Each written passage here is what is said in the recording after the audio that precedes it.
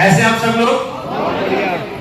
चलिए, आप सभी लोगों का स्वागत है। और इससे पहले मैं अपनी बात शुरू करूं, मैं धन्यवाद देना चाहूंगा अपनी एम्प्लॉइज चंचल मैम को, सिद्धार्थ सर को, जिन्होंने मुझे मौका दिया आज आपके बीच में अपने अनुभवों को साझा करने का। और आज मैं यहाँ पर जो भी कुछ हूँ, जितना भी कुछ कर पाया हूँ, उस सब के पीछे जो एक बहुत बड़ा कंट्रीब्यूशन है वो मेरे एम्प्लॉइज का ये। तो ये मैं चाहूंगा मेरे एम्प्लॉइज के लिए जोरदार ताली हो जाए। Thank you.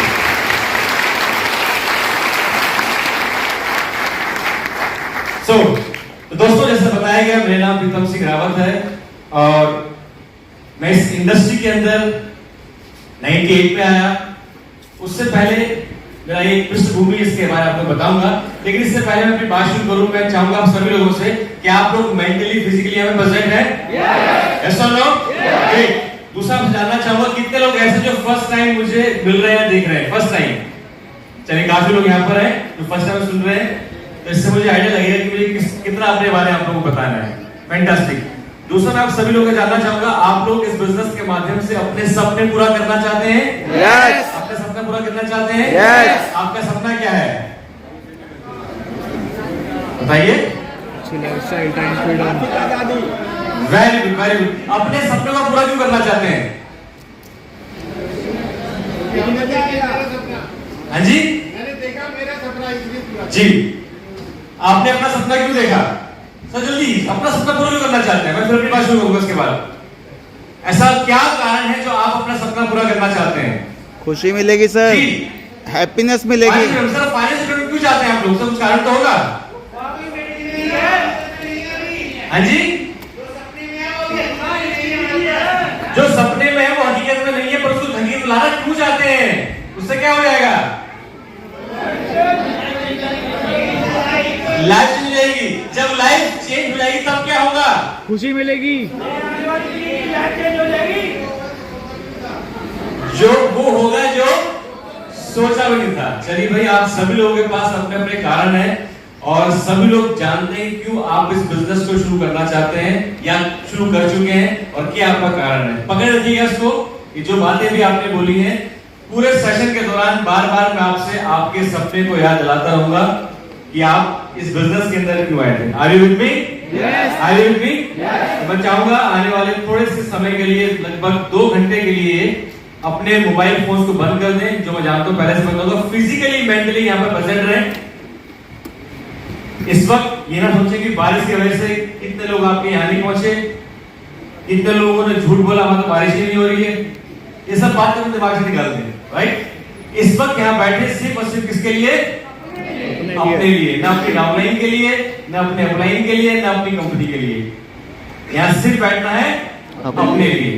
तो यहाँ पर आज मैं जो भी कुछ सीखूंगा अपने लिए सीखूंगा, और यहाँ मैं जो भी सीखूंगा वो सीखने के बाद उसको अपने ऊपर इंप्लीमेंट करूंगा, ताकि मैं आज के बाद आज से बेहतर एक बिजनेसमैन बन सकूं, एक बेहतर वेस्टिजियन बन सकूं। Are you with me? Yes. Great. चलो शुरू करते हैं।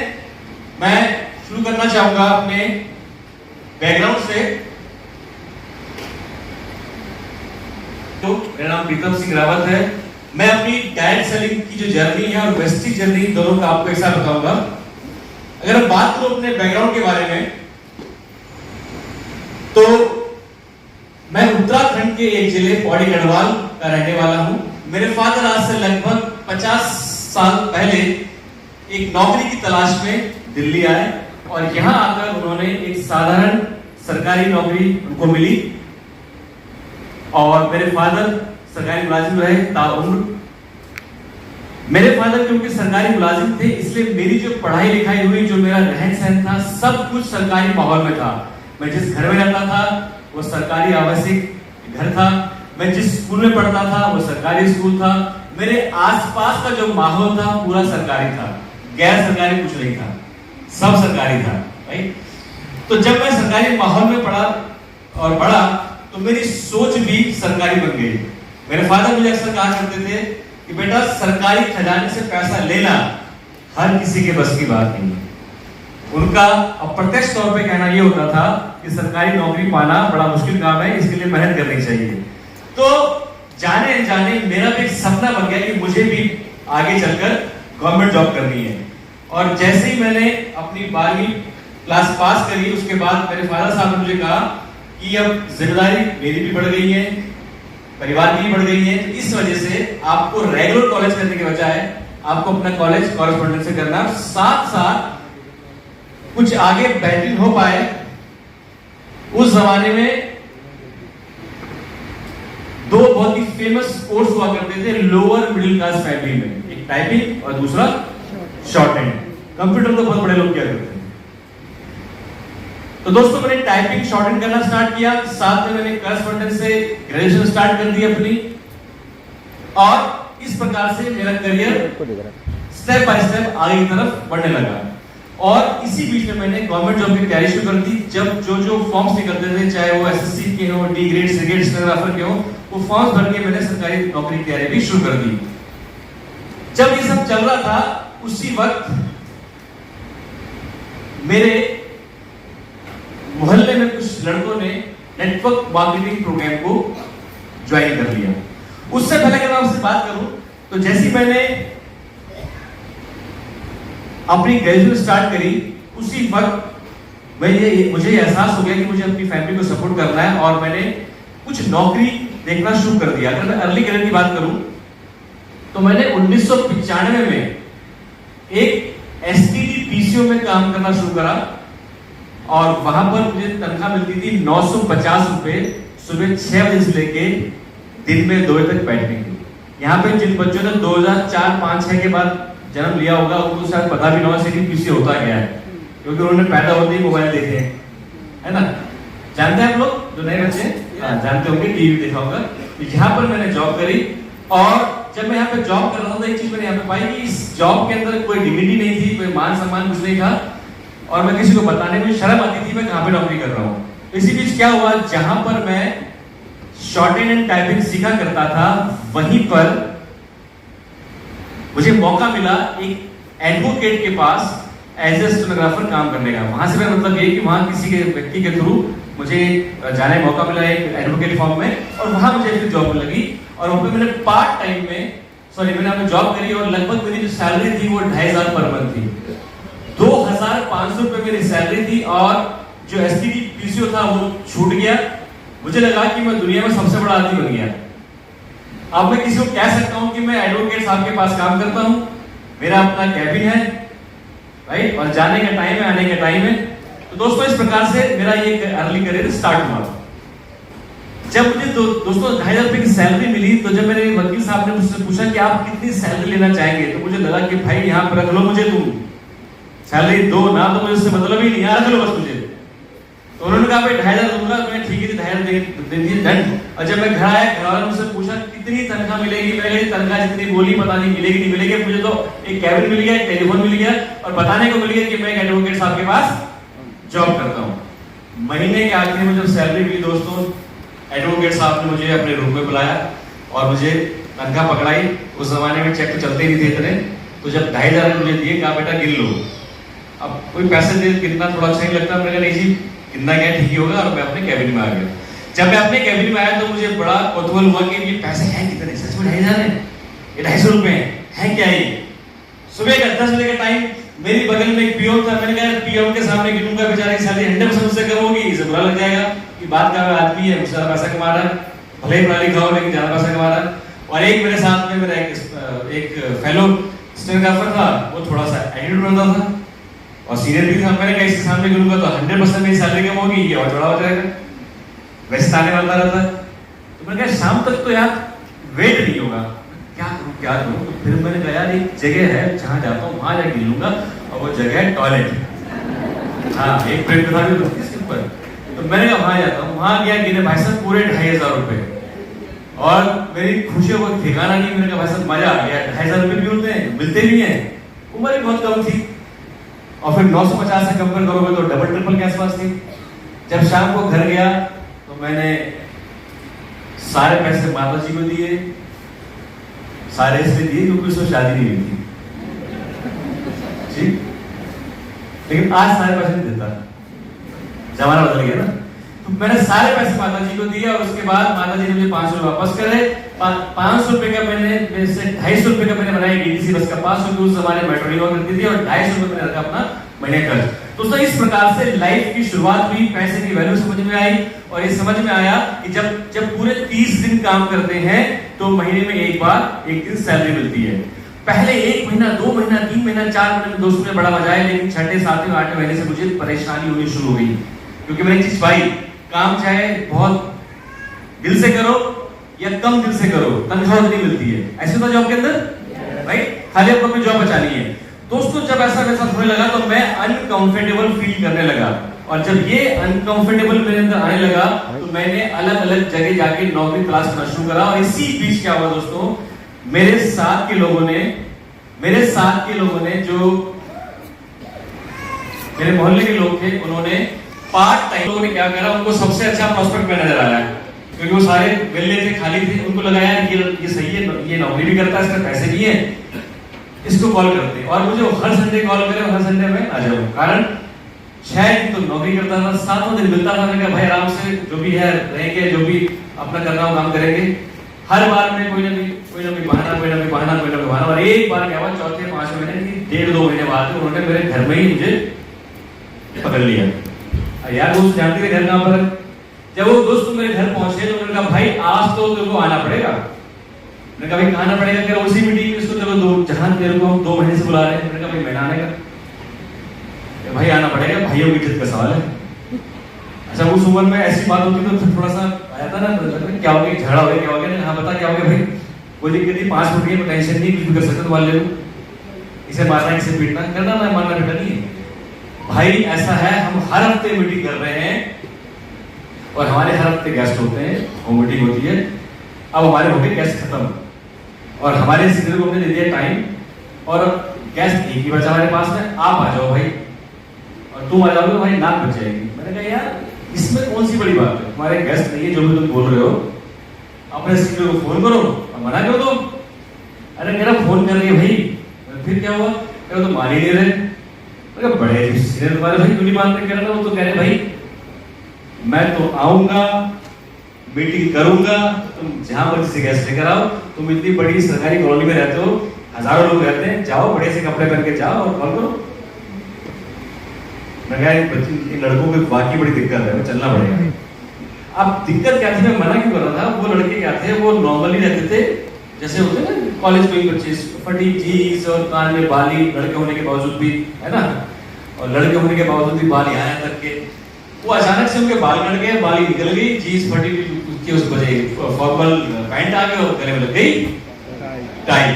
और उस जमाने में टाई पहनते थे ना, ऐसा माना जाता था, मतलब एक फीलिंग होती थी ये डोर टू डोर सामान बेचने वाला काम है। आज की बात अलग है, आज हर आदमी टाई पहनता है ना, चाहे वो किसी भी इंडस्ट्री में हो, अच्छा माना जाता है। लेकिन उस जमाने में जो हमारे जिस क्षेत्र में हम लोग रहा करते थे, बड़ा ऐसी इमेज होती थी। मैंने कहा भाई अभी ये किसी बहाने से है, तो फंस गया, मुझे फंसा रहे, चल देखते हैं क्या होता है। जब मैं गया दोस्तों होम मीटिंग के अंदर, वहां मैं बैठा, वहां मेरे से पहले एक व्यक्ति और बैठा हुआ था, वो ऑलरेडी सो रहा था कुर्सी पे पैर रख के, ठीक। दूसरा मैं बैठा, मैंने कहा भाई इनका सीनियर आएगा, एक उसको देखेगा पहले ही सो रहा है, और दूसरा मैंने करना नहीं है। 2 अनइंटरेस्टेड लोगों को देखेगा और चला जाएगा। सेम ऐसी हुआ, सीनियर आए, अंदर झांका, अंदर झांक के देखा 2 तो गेस्ट है और 4 जो है डिस्ट्रीब्यूटर है, 4 को बाहर कॉल कर लिया। मैंने कहा वाह बढ़िया, इनका जो भी होगा, मेरा संडे खराब होने से बच गया, अब छुट्टी हो गई मेरी, और खामा खाम में फंसना पड़ता मुझे इस काम के अंदर। लेकिन थोड़ी देर में क्या हुआ, वो 5-7 मिनट बाद में वो 4 वो उनके सीनियर 5 अंदर आ गए और अपना फोल्डर खोल के अपना चालू ऐसी मीटिंग करनी शुरू करी जैसे पता नहीं दुनिया के कितने बड़े नेटवर्कर बैठे जो तपाक से ज्वाइन कर लेंगे, ऐसे प्लान खत्म होगा, इतने बढ़िया तरीके से। और जैसे जैसे उनके सीनियर ने मीटिंग को आगे बढ़ाया, और धीरे धीरे मैं अनइंटरेस्टेड था, धीरे धीरे इंटरेस्टेड हुआ, और फिर मैं बहुत ज्यादा उस प्रेजेंटेशन में डूब गया। मुझे उसमें सिर्फ एक बात समझ में आ रही थी, ना प्लान समझ में आ रहा था, ना प्रोडक्ट समझ में आ रहा था, सिर्फ एक चीज समझ में आ रही थी। एक व्यक्ति जो लगभग मेरी एज के आसपास है, शायद 2-3 साल बड़े होंगे, वो बातें बता रहे हैं लाइफ के बारे में जो आमतौर पर हमारे माँ बाप, हमारे बड़े बूढ़े बताते हैं, लेकिन जब वो बोलते हैं तो हम कहते हैं मन का तो काम ही बोलने का। लेकिन जब अपनी उम्र का ऐसी बातें करता, सक्सेस की बातें, ड्रीम की बातें, आगे बढ़ने की बातें, तो उससे आप रिलेट कर जाते हो। यस और नो? वही मेरे साथ हुआ दोस्तों। प्लान खत्म हुआ, उसके बाद मैंने डिसीजन लिया मैं बिजनेस को ज्वाइन करूंगा, और वो सीनियर दोस्तों कोई और नहीं थे, मेरे मेंटर मिस्टर सिद्धार्थ सिंह जी थे, जो एक बहुत कुछ करने आए थे। एंड उनका उस समय पे आउट मात्र 10,000 रुपए का था। 10,000 रुपए से 1 करोड़ तक, सोचो कितनी जीरो लगी, सोच सकते हो कितनी लगी, राइट?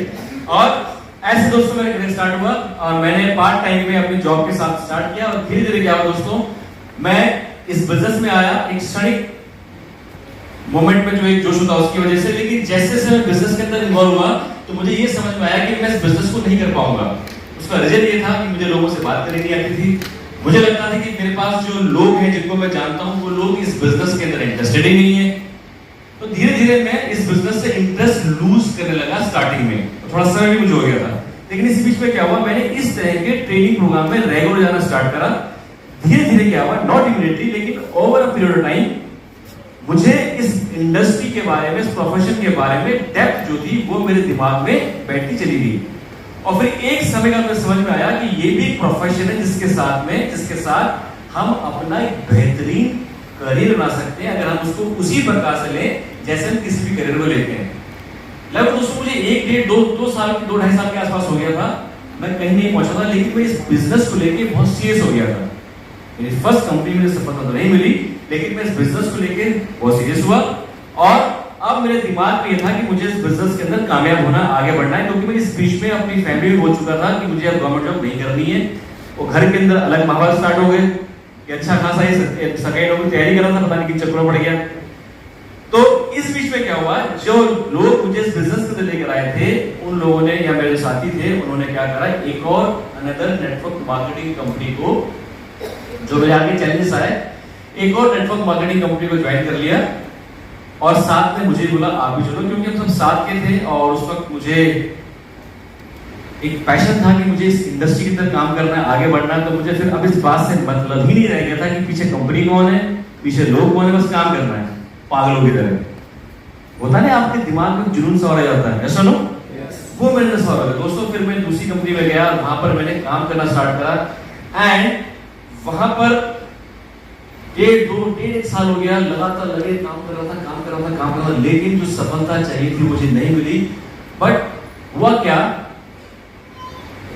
मुझे शुरुआत थोड़े समय बाद में कुछ मुझे इनकम आनी स्टार्ट हो गई, 10,000, 15,000, 20,000, 25,000। और जैसे ही ये हुआ, मुझे लगा कि अब जो पिछले कई सालों से नेटवर्क मार्केटिंग का सपना देखा है, 20,000, 30,000, फिर 50,000, फिर 1 लाख, फिर 1.5 लाख, फिर 2 लाख, मतलब गाड़ी जो है राइट पटरी पे आ गई। जैसी दोस्तों मैंने सोचा, तभी क्या हुआ, मुझे नेटवर्क मार्केटिंग का पहला वो झटका लगा, जो जब तक आप इस प्रोफेशन में, आपको हमेशा लगता रहेगा, लेकिन जब पहली बार लगता है तो जोर का लगता है, लेकिन बाद में आपको इसकी याद हो जाती है। जानते झटका क्या था, मेरी 250 लोगों की 150-200 लोगों की टीम बन गई थी। उस 150 लोगों में से 90% लोग किसी दूसरी कंपनी में चले गए, और जहां मेरे हॉल में 100-150 लोग होते थे, वहां पे 2, 4, 5 लोग भी होने मुश्किल हो गए। तो जब ऐसा हुआ, तो मुझे लगा कि ऐसा भी होता है, लोग बिजनेस छोड़ के भी जाते हैं। अभी तो कल तो ये कह रहे थे कि हम काम करेंगे, आज तो कोई साथी खड़ा नहीं है। दोस्तों हॉल के अंदर जब बैठा हुआ था, हॉल पूरा भरा हुआ था इसी प्रकार से, और मेरे दिमाग में आया कि यार एक काम करते हैं, काम तो यही करना है, पूरी दुनिया में गाना गा दिया है, सबको बता दें कि मैं इसी बिजनेस के अंदर काम करूंगा। एक काम करता हूँ, अभी फिलहाल कुछ समय के लिए इवेंट से बाहर रहकर टीम बिल्ड करता हूँ, और जैसे दोबारा बिजनेस आ जाएगा फिर दोबारा इवेंट में आ जाऊंगा। और इवेंट में ना जाने का एक समस्या और क्या थी, वहां पे एक सिस्टम ऐसा भी होता कि अगर स्टार्टिंग में था उस कंपनी के अंदर, आपने जो लेवल अचीव करा है, आप उससे नीचे आ गए, तो फिर आप जिस लेवल पे आगे फिर उसी लेवल पे आपको टेस्टिंग नहीं करनी है कुछ समय बाद में। मान लीजिए आप ग्राउंड है और आप ब्रॉन्ज एंटर पे आ गए, तो आपको ब्रॉन्ज एंटर पे आना है। अब मैंने कहा 2, 4, 5 लोग वैसे यही भाग जाएंगे अगर मैं टेस्टिंग देने आ गया तो इस चक्कर में मेरे दिमाग में आया कि यार तो कहानी गड़बड़ हो जाएगी। इसी बीच में क्या हुआ, तो हॉल के अंदर बैठा हुआ था, पता नहीं मेरे दिमाग में कहां से आया कि यार आज इस हॉल में एक आदमी भी लगभग मेरा नहीं है, एक दिन ऐसा आएगा ये पूरा हॉल मेरे लोगों से भरा होगा। ये थॉट जानते थॉट कब आया, ये थॉट तब आया जब ना मेरे पास लोग थे, 3-4-5 साल ऑलरेडी हो चुके थे, जो नेटवर्क होता है पूरा वो एग्जॉस्ट हो चुका था, जानकार लोगों का कोई उम्मीद नहीं थी। सिर्फ एक भरोसा इस बात का कि जो ऑलरेडी लोग जो पैसे कमा रहे थे उनमें से बहुत से ऐसे लोग हैं जिनसे मैं बेहतर हूं कई मायनों में। तो जब ये कर सकते तो मैं भी कर सकता हूं। इसके अलावा ना कोई लिस्ट रह गई थी, ना कुछ, ना टीम थी, कुछ नहीं था। सिर्फ एक उम्मीद, एक नॉट उम्मीद, ये विश्वास मैं दोबारा रिपीट कर सकता हूं। ये भी था दोस्तों। और मैंने और थैंक गॉड मुझे सिस्टम में काम करते हुए कुछ समय हो चुका था, इसलिए मैंने इस विचार पे कांटा मार दिया कि मैं अभी इवेंट में नहीं आता हूं, इवेंट से बाहर रह के टीम बिल्ड करता हूं और जैसे बिल्ड हो जाएगी दोबारा से राजाओं की तरह एंट्री मारूंगा। इससे मैंने कट मार दिया। क्यों? क्योंकि मैं जानता था कि अगर एक व्यक्ति किसी भी बहाने से, चाहे वो बिजनेस करने के बहाने से क्यों ना, अगर एक बार कोई इंसान इवेंट से बाहर हो गया, मैं पूरे पेपर पर साइन कर सकता हूं वो बिजनेस से बाहर है, वो दोबारा से बिजनेस के अंदर एंट्री नहीं ले सकता। एंट्री तभी लेगा एंट्री जब वो इवेंट के अंदर आएगा। पहले आप इवेंट में आओगे, आप इवेंट को बनाओगे, फिर इवेंट आपको बनाएगा। यस और नो? यस और नो? राइट। तो ये दोस्तों मेरे साथ में हुआ। इसके बाद थोड़ी बहुत दिक्कत आई, परेशानी आई, फिर धीरे धीरे दोस्तों मैं इस बिजनेस के अंदर फिर दोबारा नेटवर्क बना, मैंने कुछ चीजों ने सपोर्ट करना स्टार्ट किया और फिर मुझे इस बिजनेस के अंदर जो वहां पे मैं 1 लाख की इनकम तक पहुंचा, मैंने होंडा सिटी कार परचेज करी और कुछ फॉरेन ट्रिप्स मुझे मिले और एक लगा कि जो एक सपना देखा था उस सपने को मैं पूरा कर चुका हूं और अब चीजें बड़ी आराम से चलेगी, चीजें आगे बढ़ेंगी। और दोस्तों आपको बताना चाहूंगा ये भी जो सफलता मिली, इस सफलता में टेक्निकली सिद्धार्थ जी कहीं नहीं है क्योंकि वो दूसरी कंपनी में थे, जो पहली कंपनी थी और मैं दूसरी कंपनी में आ चुका था, राइट। लेकिन इसमें इनडायरेक्टली जो मेरी सफलता का जो हाथ था वो सिद्धार्थ जी का ही था, क्योंकि मैं ओकेजनली या कभी कभी सिद्धार्थ जी से मिला करता था और जब जब उनसे मिलता था उनसे मैं ट्रेनिंग लेता था। कोई उनकी लेटेस्ट ट्रेनिंग होती थी, कई बार वो सक्सेस बाय चॉइस करते थे, उसमें मुझे बुलाते थे, तो उन ट्रेनिंग से मुझे बहुत बेनिफिट मिला जो फिर मैंने आगे फिर अपनी टीम के अंदर करा और फिर मेरा नेटवर्क आगे बढ़ा। हालांकि मुझे वो ट्रेनिंग देने से मुझे वो ट्रेनिंग अटेंड कराने से सिद्धार्थ जी को डायरेक्टली कोई फायदा नहीं हो रहा था। क्यों? क्योंकि ना वो मेरे अपलाइन थे ना कुछ थे, राइट। लेकिन ये होता है जब आप किसी के साथ में काम करते हैं और जो सही मेंटर होता है वो आपको हर सिचुएशन के अंदर आपको गाइड करता है, राइट। आगे बढ़े बात सुनाइए तालियां सर के लिए।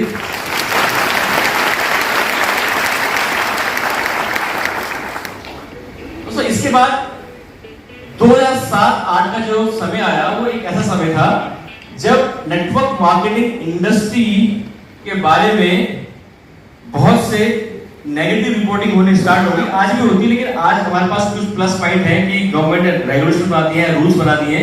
लेकिन 2007-8 में ऐसा कुछ नहीं था, कोई लॉ नहीं था, कानून नहीं था और रेगुलेटरी भी जो थी वो अपने मनमाने ढंग से कंपनी को तंग किया करती थी और जो न्यूज मीडिया होता है वो भी नेगेटिव तरीके से चीजों को लिखता था।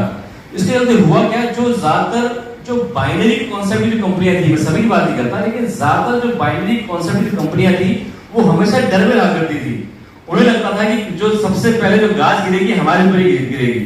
और ओवरऑल जो नेटवर्क मार्केटिंग का 2006-7-8 का जो मार होना स्टार्ट हुआ ये हो गया कि भाई ये इंडस्ट्री स्टेबल नहीं है, कोई सरकारी नियम नहीं है, कभी भी कुछ हो सकता है, कोई भी सिर्फरा ऑफिसर आके इसको बंद कर सकता है। तो ऐसे करके चीजें डिस्टर्ब होने स्टार्ट हो गई और जिसका असर हमारी कंपनी में पड़ा, जिसमें काम कर रहा था और धीरे धीरे क्या हुआ, मेरा बिजनेस जो है वो डाउन होना शुरू हुआ। ऑब्वियसली कुछ गलतियां अपनी भी होती हैं, लेकिन ओवरऑल इस तरीके से चीजें होनी स्टार्ट हुई। जब मेरा बिजनेस उस वक्त डाउन हो रहा था तो उस वक्त मुझे लगा कि यार मुझे 2007 की बात है, अक्टूबर की बात होगी शायद, मुझे लगा कि यार इस समय सिद्धार्थ जी से मिलना चाहिए और उनसे जानना चाहिए कि क्या करें, क्योंकि हर बार उन्होंने मुझे सपोर्ट किया है, गाइड किया है, भले ही दूसरी कंपनी के अंदर हो लेकिन गाइड तो किया ही है। तो मैं उनसे मिलने गया, ये बात होगी 2007-अक्टूबर की, उससे मिलने गया और मैंने कहा सर मिलना है आपसे। कहा हाँ आजा भाई मिलते हैं। और जब उनसे मिलने गया तो बजाय मैं मोटिवेट होने के मैं कुछ और ही हो गया। तो मैंने कहा सर क्या चल रहा है, क्या सोच रहे हो आजकल? मेरे भाई सर मैंने लाइफ में फर्स्ट टाइम नेटवर्क मार्केटिंग के बारे में एक नेगेटिव बोलेंगे या फ्रस्ट्रेशन वाली लाइन सुनी। उन्होंने बोला यार हमने नेटवर्क मार्केटिंग को अपना करियर बनाकर अपनी लाइफ की बहुत बड़ी गलती कर दी। मैं सर ऐसा क्यों बोल रहा हूँ? मेरा भाई देख, मेरा ये दोस्त था ये वहां चला गया, मेरा एक वो दोस्त था बिजनेसमैन वहां पहुंच गया, यार हम अभी यहाँ पर हैं, स्ट्रगल कर रहे हैं, कंपनियां पैसा कमाती है, लोग पैसा नहीं कमाते हैं। इस तरह की सिद्धार्थ जी की टॉक थी। जब सिद्धार्थ जी इस तरह की बातें कर रहे थे तो एक तरफ तो मुझे थोड़ा सा अजीब सा भी लग रहा था, दूसरी तरफ से मेरे अच्छा भी लग रहा था। मैंने कहा भाई तो प्रोस्पेक्ट बनते जा रहे हैं, मैं नहीं है डूबी इनको अपने साथ ले आता हूँ मैं, इसका मतलब ये अपनी कंपनी में फ्रस्ट्रेट हो रहे हैं, यहाँ पर आ जाएंगे ये तो निकल जाएंगे, मैं भी डर जाऊंगा। तो दिमाग में चलता रहता है, खाली दिमाग भाई। खैर बात आई गई होगी और ये बात है सितंबर 2007 की। अक्टूबर, नवंबर, दिसंबर, जनवरी, फरवरी 5 महीने बाद खबर आई कि सिद्धार्थ सर ने यूनिवर्सिटी ज्वाइन कर ली। मैंने कहा यार 5 महीने पहले तो ऐसी बातें कर रहे थे, नेटवर्किंग ऐसी, नेटवर्किंग ऐसी, हमें ये करना चाहिए वो करना चाहिए, लेकिन 5 महीने में क्या हो गया। खैर सर से मेरी मुलाकात हुई, सर ने मुझे बहुत ही एक्साइटमेंट में 2008 में मुझे नाथू स्वीट्स के अंदर टिश्यू पेपर के ऊपर, वो इतने एक्साइटेड थे, उन्होंने प्लान समझाया। और जब वो मुझे प्लान समझा रहे थे, मुझे वेस्ट के बारे में पहले से पता था, ये था पता था कि 500-600 की ज्वाइनिंग वाली कंपनी है। तो जो प्लान समझा रहे थे तो मैं सोच रहा था उनको देख के, मैंने कहा यार किस कंपनी के चक्कर में पड़ गए, ये कहा कि मैंने ना खाएगा नहीं छोड़ा गया, ये कंपनी 500-600 रुपए में क्या नहीं खिलाएगी और क्या खुद खाएगी। सर ने पूरा प्लान किया, मैंने सुना भी, मैंने कहा सर आप तो 10 साल बाद कोई डिसीजन ले रहे हैं और वो भी बहुत गलत ले रहे हैं। तो सर ने हाथ मिलाकर भाई कोई बात नहीं, एक साल बाद मिलेंगे, देखेंगे कौन सही गलत है, बाकी बात करते रहेंगे, मिलते रहेंगे। सर की आदत है, वो कभी बुरा नहीं मानते, कोई मना करता हाँ करता, कोई बुरा नहीं मानते, ये अच्छी आदत है, सीखने वाली है। 1 साल बाद खबर आई कि सिद्धार्थ सर ने मर्सिडीज बेंज ली, चेक उनका 3 लाख रुपए महीने का हो गया। अब इस बीच क्या हुआ, मैं उनसे मिलने गया। अब मैं जब उनसे मिलने जाऊं, जब भी मिलने जाऊं, सर चेक कितना हो गया भाई, 4 लाख हो गया, इसका 3 लाख था। फिर मिलने जाऊं, ये चेक भाई 5 लाख, ये चेक है क्या है, ये बढ़ता ही जा रहा है। समझ ना, अच्छा दिमाग में मतलब झूठ बोल रहे होंगे, पर सिद्धार्थ सर की इमेज ऐसी है नेटवर्किंग के मामले में, इतना पता कि झूठ नहीं बोलते, और बाकी लोग आटे में नमक मिलाते, ये तो कुछ भी नहीं मिलाते, जो है वो बता देते हैं। फिर मैं जब उनसे मिलने जाऊं तब मुझे अपनी कंपनी के लिए नेगेटिविटी है। अब एक दिन क्या हुआ, मैं उनसे मिलने गया और बस मिल के जब वापस आया, मैंने मन पता नहीं कितने पढ़ लिए, मैं भैया आज तो तुझे लड़की हो रहा था, सिद्धार्थ जी की शादी ज्वाइन करना है। और जब सुबह उठा, मैंने कहा यार ये कल क्या हो गया, मैंने भाई की शादी से मिलना बेकार है, ये तो कंपनी छुड़वा देंगे भाई। मैंने सिद्धार्थ जी के फोन आने बंद कर दिए, ना रहेगा बास ना बजेगी बांसुरी। सर मैंने उनके फोन आने बंद कर दिए, उनसे मिलना बंद कर दिया, और करना भी चाहिए, जब आप किसी से फोकस हैं तो आपको अपना डिस्ट्रैक्शन कम से कम करना चाहिए, ऐसा ना हो। यस। और इसमें क्या हुआ, मैंने जैसे दिए में जब लॉक बुझने वाली होती है, लास्ट में क्या करता है वो, हाँ, और ऊपर उसकी लॉक यही होती है। मैंने क्या करा, 2009-10 के आसपास मैंने जयपुर में जाके रेंट पे रूम लेके अपने अप्लाई से कुछ कर्जा वर्जा लेके मैंने वहां पर एड डाल के काम करना शुरू कर दिया, जो कि नेटवर्क मार्केटिंग से खराब है मेरे हिसाब से, किसी के लिए अच्छा अच्छी बात है एड देके काम करना, लेकिन कोई नहीं, वो भी चालू करा। अब स्ट्रगल चल रही थी, दस्ता समय नहीं आ रहा था, शादी भी होने वाली थी। इस बीच में क्या हुआ, जब मैं जयपुर में था तो मेरे सर के फोन आने बंद कर दिया, और एक दिन क्या हुआ, सर का मेरा मोबाइल फोन आ गया, उनको मैं भैया बोलते हैं, नंबर भैया नाम सेव है, मैंने भैया का फोन आया, मुझे चलो यार बहुत दिन से फोन कर रहे थे, तब तो मैं दिल्ली में था, तो वहां तो धप्पा कर देते, पकड़ लेते हैं, झूठ नहीं बोल सकते इससे, मैंने यहाँ तो सच ही बोल दूंगा। मैं कहा जी भैया नमस्कार, मेरा हाँ भाई क्या हाल है भाई, बहुत बड़ा आदमी हो गया, फोन उठावा तू। मैं कहा नहीं सर ऐसी बात नहीं है, वो ये मैं कहा जयपुर में हूँ। अच्छा उनकी बात थी, कभी नहीं बोलते थे तेरा चेक कितना है, तू मेरा चेक देख 10 लाख हो गया, 5 लाख हो गया, तेरा चेक अभी 20 आया था, कभी नहीं बोला मैं। ये चीज सीखने वाली है राइट। और सब बढ़िया, कहाँ पर है, मैं कहा जी मैं जयपुर में हूँ। जयपुर में कहाँ पर है, बोले जयपुर सर आपको नहीं पता, जयपुर में एक जगह पड़ती है निर्माण विहार, वहां पर हूँ। कह रहे भाई नहीं, कह रहा मुझे सब पता है, मैं बेसिकली अजमेर में हूँ, 2 घंटे में तेरे घर पर आ रहा हूँ, एड्रेस से।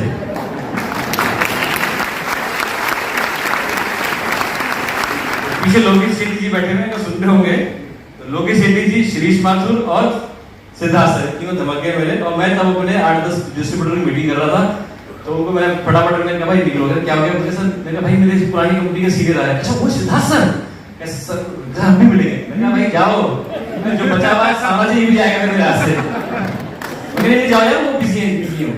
तो खैर वो आए बैठे, फिर लोकेश सेठी जी और शीर्ष माथुर जी बड़ी उस समय बहुत ही स्ट्रगल में थे, मतलब बहुत ही दयनीय स्थिति में थे। मतलब मैं इतनी खराब स्थिति में था, बाद में मुझे जब लोकेश जी मिले बोले यार तुम कितने बढ़िया घर के रहता था यार, वो भी दूसरे शहर में जाके। तो मैंने कहा भाई वो मेरे बड़े खराब दिन थे और तुम्हें मेरे वो खराब दिन इतने अच्छे लगा तो तुम्हारे दिन कैसे रहे होंगे भाई, तो इतनी खराब उनकी हालत थी। है तो दोस्तों उसके बाद में सर के साथ में रहा पूरे दिन भर और पृथ्वी सर ने कुछ नहीं बोला। लेकिन उस दिन पहली बार क्या हुआ, सिद्धार्थ हम बाहर गए और सिद्धार्थ सर ने कहा चल जयपुर घूमते हैं। हम जयपुर घूमे और वहां पर पेट्रोल पंप पे गए, तो मेरी गाड़ी पेट्रोल ही नहीं लगे, कहाँ घुमाऊंगा, तो खामा खामा अपने सर गले पड़ गई। अब जेब में मुश्किल से 500 पड़े थे, मैंने 500 निकाले, मैंने कहा भाई भर दे 500 रुपए का। अब सर ने देखा और तो आइटम लग ही जाता आदमी को देख के, कह रहे तू रहने देना, सर ने टंकी फुल करा दी। अच्छा जब तक सर ने भी गाड़ी की टंकी फुल नहीं कराई तब तक मुझे यकीन ही नहीं होता कि ये पैसा कमा रहे हैं। भगवान की सबसे बता रहा हूँ क्यों, नेटवर्कर कैसा होता है, नेटवर्कर होता है भाई जब मिले तो नेगेटिव बातें करें दूसरे नेटवर्कर से, तो खासतौर पर उस आदमी से जो उसकी टीम में नहीं है, क्या फर्क पड़ रहा है, कौन सा उसका पीवी डाउन हो जाएगा। दूसरा कर्जे को होना चाहिए। तीसरा जो काम कर रहा है उसी को गाली दे रहा है, बेकार काम है, दूसरा वो काम कर लेना चाहिए। या फिर जिस नेटवर्कर से मिल रहा है उसको अपनी तरफ खींचे, तुम्हें समझ में आ जाए कि इनमें से कोई काम नहीं कर रहे थे। तो लगा था वाकई भाई पैसे कमाया, आज तो गाड़ी में 2,500 का पेट्रोल डलवा दिया भाई बंदी में। तो उस दिन मुझे लगा कि यार सच पैसा कमा रहा है। लेकिन बात ही 2010 की, मैं एक कंपनी के अंदर इन्वॉल्व था, बहुत साल से था और मेरे लिए डिसीजन लेना मुश्किल था, हालांकि वहां पर चीजें खराब भी होती जा रही थी। और 1-1.5 साल मैंने दोस्तों चलाया, मुश्किल टाइम अपना, बिजनेस मेरा डाउन हो गया और फिर मैं टेम्पररी थोड़े समय के लिए मेरा इस बिजनेस के ऊपर विश्वास खत्म हो गया और मेरी उम्मीद ही खत्म हो गई। ये लगा कि जो 10 साल इस इंडस्ट्री के अंदर, इस प्रोफेशन के अंदर दिए हैं, वो मैंने बहुत बड़ी गलती कर दी अपनी लाइफ की। काश अगर मैं अपने फादर की बात मान लेता, काश अगर ये कर लेता, काश इस दिमाग में आता ही टफ टाइम आता है किसी भी आदमी लाइफ में, हालांकि हर टाइम टेम्पररी होता है, बट दिमाग है, मशीन तो है नहीं, चीजें चलती रहती हैं।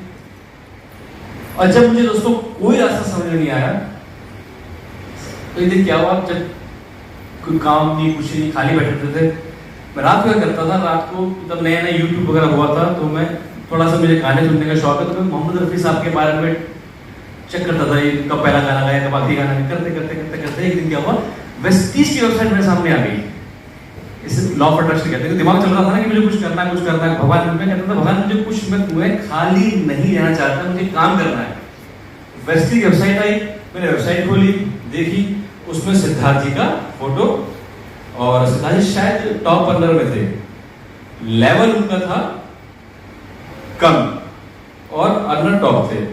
मैंने सर को फोन किया, मैंने कहा सर वो मैंने आपकी वो वेबसाइट देखी थी, उसमें मैंने देखा कि आप टॉप अर्नर हैं। हाँ भाई मैं हूँ। मैंने कहा भाई मुझे एक चीज समझ में नहीं आ रही, आप टॉप अर्नर हैं लेकिन टॉप लेवल पे कोई और आदमी है। तो उन्होंने समझाया, मुझे समझ ही नहीं आया। मुझे हो सकता है ना, जैसे मान लो मैं डीसीडी हूँ, डीसीडी में मेरा चेक हो सकता है कि भाई मेरा चेक 20 लाख हो जाए और कोई आदमी डीयूसीडी है, उसका चेक हो सकता है 10 लाख की, हुई पॉसिबल है ना। लेकिन मुझे समझ नहीं आया तब, क्योंकि उस कंपनी नहीं था। मैं सर क्या आप मुझे अपना पासबुक दे सकते हो? तो जान थी तो रिलेशन था, तो उन्होंने दे दिया। अब पासवर्ड दिया, डाला मैंने, अब क्या समझ में आ रहा था, मुझे कुछ समझ में नहीं आया। मेरे साथ में 2-4 लोग थे, महेश जी शायद, इनको ध्यान था आपको। तो हमने देखा, कुछ समझ में नहीं आया, ये अपना दिमाग लगा रहे हैं, इतनी बीवी होगी, इतना चाहिए आगे, इतना जाएगा, जो जिसका जो इनका अकाउंट बैकग्राउंड दिमाग चल रहा, कुछ समझ में नहीं आया। धीरे धीरे करते करते करते एक दोस्तों में बहुत परेशान हो गया और मुझे लगा यार वो डिसीजन लेना पड़ेगा। मैंने सिद्धार्थ जी को फोन लगाया मार्च 2012 में। मैं कहा सर आपसे मिलना है। कह रहे हाँ भाई बिल्कुल। मैं कहा सर अभी मिलना है तुरंत। कह रहे यार अभी तो मैं ऑस्ट्रेलिया जा रहा हूँ। ऑस्ट्रेलिया जा रहा हूँ? यहाँ हमारे छोले भी गिरे, ऑस्ट्रेलिया जा रहा हूँ। यार मैंने कहा भैया मैं काम करता हूँ, मैं ना आपको छोड़ना चाहता हूँ। अब ये मेरा घर है, इस दासी घर है और वो एयरपोर्ट है। भैया कह रहे यार वो तो कोई दिक्कत नहीं है, ऑलवेज वेलकम, लेकिन मेरे ड्राइवर है। मैं ड्राइवर रख लिया, क्योंकि सिद्धार्थ जी का भी मैंने टफ टाइम देखा था।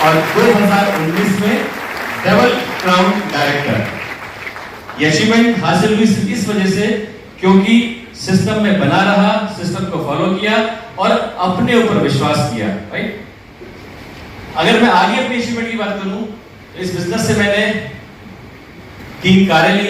वेस्टीज की अगर बात करूं, जिसमें से एक कार है लग्जरी कार, लगभग 42 लाख रुपए की ऑडी Q3, जो आज से लगभग 5 साल पहले मैंने परचेज करी। मैं कभी सपने में भी नहीं सोच सकता था कि मैं इस गाड़ी को लूंगा। इनफैक्ट जब मैं इस बिजनेस में नया था और जब मैं आप लोगों के बैठा रहता था, तो जब कोई लीडर आके बोलता था मेरी 1 गाड़ी है, 2 गाड़ी है, 3 गाड़ी है, 4 गाड़ी है, मैं कहता था ये पागल है क्या है, क्यों इतनी गाड़ी लेते हैं। मैंने सोचा कि मैं अगर मैं रहूंगा तो मैं 1 गाड़ी लूंगा, बस खत्म बात, उससे ज्यादा नहीं लेनी। लेकिन मुझे क्या पता था कि कार फंडल चस्का होता है ना, वो आपको एक गाड़ी में नहीं रोकेगा, वो एक घर पे नहीं रोकेगा, आपको एक ट्रिप में रोकेगा, वो उसकी लाइन जड़ी लगी रहेगी। यस और नो?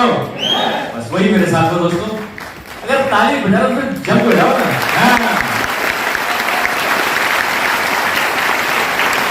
अगर मैं इनकम की बात करूं तो मेरी पहली इनकम इस प्रोफेशन में रही दोस्तों, पार्ट टाइम में जॉब के साथ में वो रही मात्र 80 रुपए, और हाईएस्ट पेआउट जो मुझे वेस्टीज में अब तक आया वो है 5,85,094 रुपए।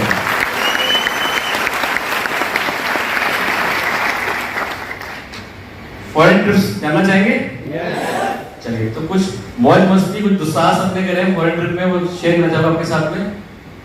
मेरा पहला ट्रिप रहा यूरोप ट्रिप, जिसमें मैं सिद्धार्थ जी के साथ गया। 100 लोग उसके अंदर थे, और सिद्धार्थ सर के अलावा और बारिश सर के अलावा मैं किसी को नहीं जानता था।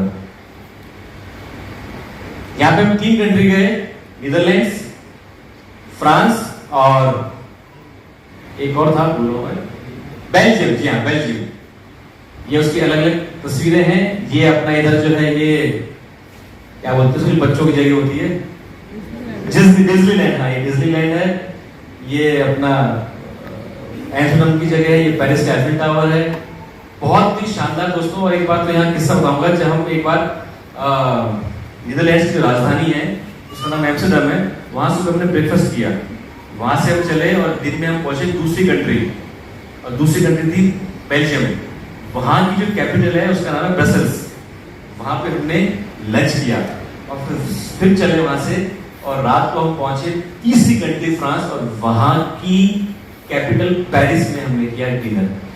3 अलग अलग देशों में नाश्ता, दिन का खाना, बहुत ही अमेजिंग एक्सपीरियंस, बहुत मजा आया उसमें। ये कुछ पिक्स हैं बारिश के साथ में पिक्स। इसके बाद एक ट्रिप मैंने लिया, टर्की ट्रिप, जिसमें मेरी टीम के लोग मेरे साथ में थे। ये कुछ फोटोग्राफ्स हैं। वहां पर बहुत सारे हमने एडवेंचर किए अपने डाउन लाइन्स के साथ में, अप लाइन्स के साथ में, हमारे जो लव लाइन्स यानी जो क्रॉस लाइन्स के साथ में। उसका जो मेरा पर्सनली जो मुझे बहुत अच्छा लगता है, मुझे आज तक याद है, वो है लंदन एंड स्कॉटलैंड का ये ट्रिप। ये बहुत ही यादगार है। इसमें ये लॉर्ड्स का मैदान है, ये लंदन ब्रिज है। यहाँ पे जो आप देख रहे हैं लंदन स्कॉटलैंड जहाँ पे लिखा हुआ है, यहाँ पर उसके पीछे जो है वो फ्लैट है, इसमें 5 कमरे हैं।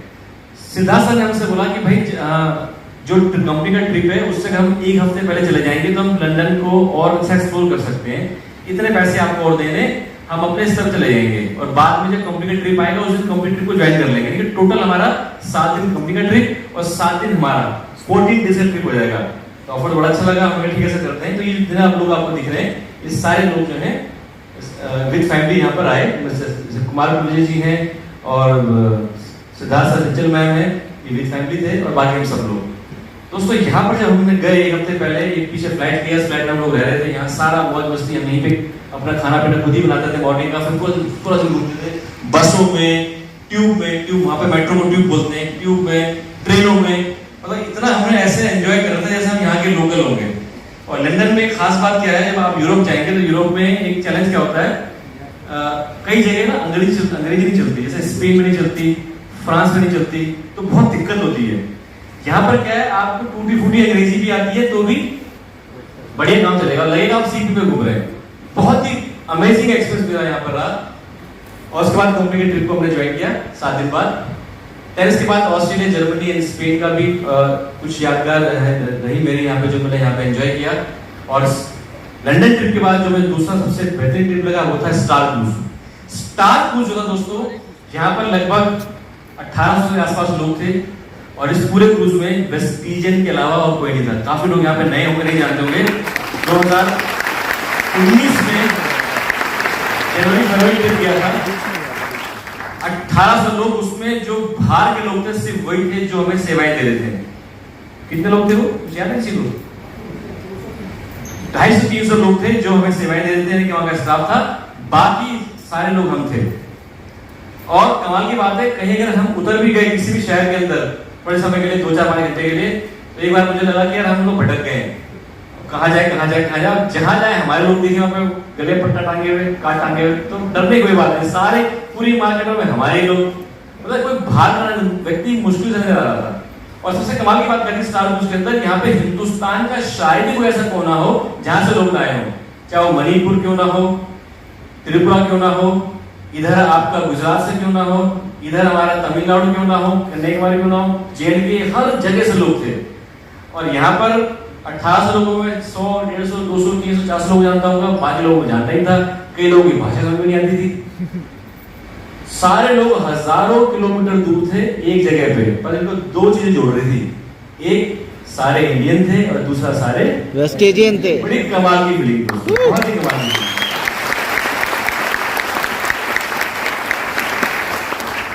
ना दोस्तों, जो मेरा गोल है, जो मैं अपने आप को बार-बार बोलता रहता हूं और जो मैं अपने आप को बार-बार रिमाइंड करता रहता हूं, और जिसके लिए मेरे अपलाइंट मुझे बोलते रहते हैं, और वो है मुझे 10 लाख प्लस की इनकम पे जाना है और VMCM के अंदर अपनी एंट्री धमाके के साथ दर्ज करनी है। ये मेरा भी गोल है।